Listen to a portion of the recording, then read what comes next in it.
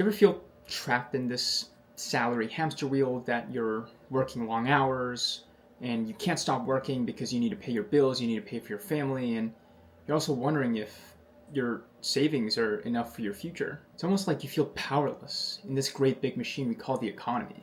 Well, I found a simple solution that helped me overcome that challenge in my life, and I wanted to share it with you today. My name is Leo Young. I'm a passive and active real estate investor, and today I'm going to walk you through a few different steps that I took to escape the salary hamster wheel, to spend more time working on things I love, and not worry about my financial future. Let's dive in. So first off, what even is passive real estate investing? There's many different ways you can get involved in real estate passively, either through a REIT, a real estate fund, or a syndication. For me, I found that syndications were the most helpful because it allowed me to get all of the advantages of owning real estate, such as the tax benefits, while also having some degree of control over the assets that I invest in. So I'll be covering that process in this video. Now, simply put, passive real estate investing is where a group of investors pool their funds into large, professionally managed properties.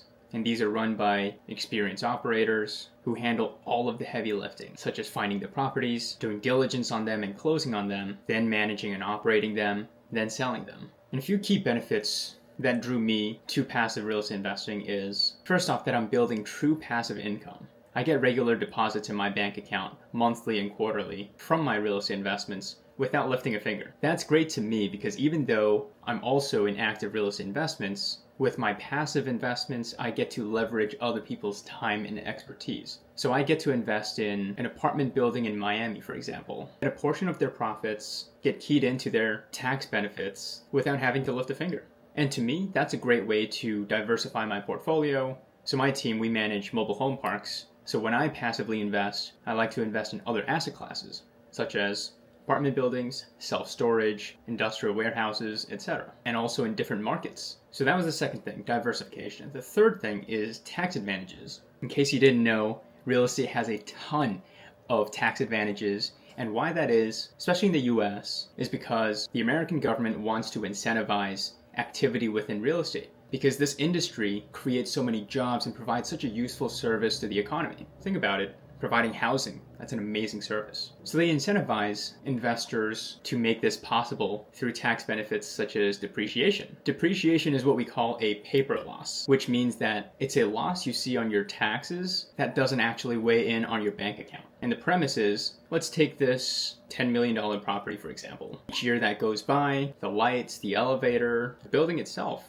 deteriorates in value, but it's not like you have to pay that value out of your pocket. The government just lets you write that portion off as depreciation. What that means to us passive investors is that it lowers your taxable income. So the cash flow I get from my passive investments, I typically don't pay taxes on, which is great because if you compare, let's say, a dividend paying stock, for example, versus an investment in a real estate syndication, let's say they both pay 5% this year. The dividend you receive from your stocks is going to be taxed at the highest rate possible. So let's say 20% versus real estate, because of depreciation, you actually don't pay taxes on it in that year that it's earned. So I'm effectively getting paid 20% more to invest in real estate than I am with stocks. And going back to the earlier analogy that the government thinks that real estate is a more worthwhile investment than, say, providing liquidity to Coca-Cola. So to summarize, the benefits of passive investing is that you don't have to be a landlord. You can leverage someone else's time.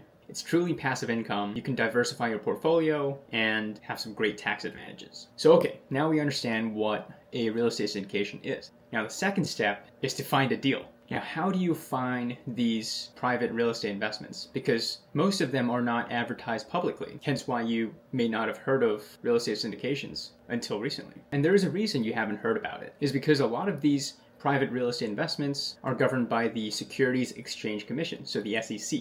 And they have strict rules on how a company providing an opportunity in a syndication can advertise. So a lot of them are traditionally reserved for wealthy people, or what the SEC calls accredited investors. There's a few different criteria on what qualifies you as an accredited investor, such as having a net worth of $1 million or more, excluding your primary residence, making $200,000 a year if you're single, or $300,000 a year if you're married and filing jointly, or if you have a professional designation, such as your Series 7. Now back to the main point, The other kind of deal that most people get started in is for sophisticated investors. So investors that know the risk that they're going into, because everything has a risk. Higher risk, higher reward, right? And a quick sidebar on that, the biggest risk is not taking any risk at all. That's something I took to heart, and I learned that is reflected in many different areas. If you were like me when I was younger, I used to be a cash hoarder. I thought that making 1 to 2% at the bank was the best it could be, until I realized that I'm losing to inflation every single year, and that banks have to make a spread on the interest rate they give you and the interest rate they lend out. That's their profit margin. So they're incentivized to give you the lowest interest rate possible and lend it out at the highest interest rate possible. So it felt like I was staying poor so that the banks could make themselves rich. That didn't sit right with me. So then I started getting into investments, stocks, real estate, etc. But back to the point is that you need to find deals. How do you find deals as a non-accredited or sophisticated investor? Is through networking. There are many different companies and investor clubs out there that share these private investment deals with their network. And these deals are typically vetted ahead of time and managed by experienced operators. And typically the deal is presented to you when it's fairly certain that it will close. So a lot of the upfront risk is taken off the table before you get involved.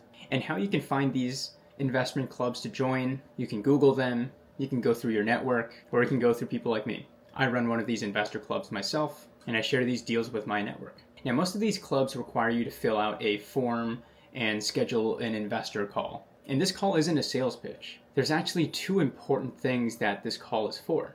First one is to make sure that it's a good fit for your investment goals and the club. It's a two-way street, and the relationship has to work both ways. The second thing is there's actually a requirement from the SEC for you to have a pre-existing relationship with the opportunity provider before investing in it. So a call like this would satisfy that. And my link is below if I could be of any help at some point. Now, step 3 is actually reviewing the deals as they come to your inbox.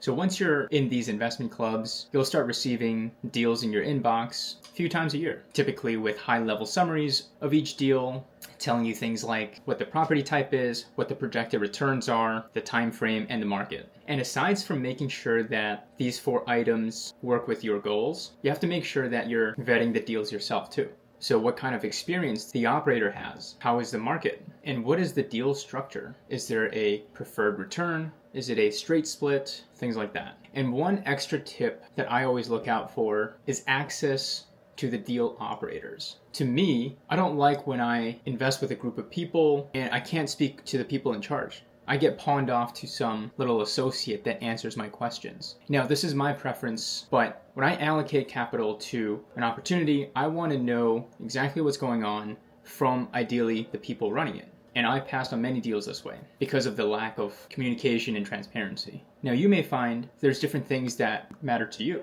as you review these deals and get used to what works and what doesn't. Now, okay, let's assume you find a deal that you like, that matches your criteria, and you're good to go. You're excited. So what happens then? First is that you raise your hand and do what we call a soft commit. This tells the sponsor team that you're interested in that deal and you're good to put in, say, $50,000. Then the sponsor can keep you posted of any updates out of that deal as the timeline progresses.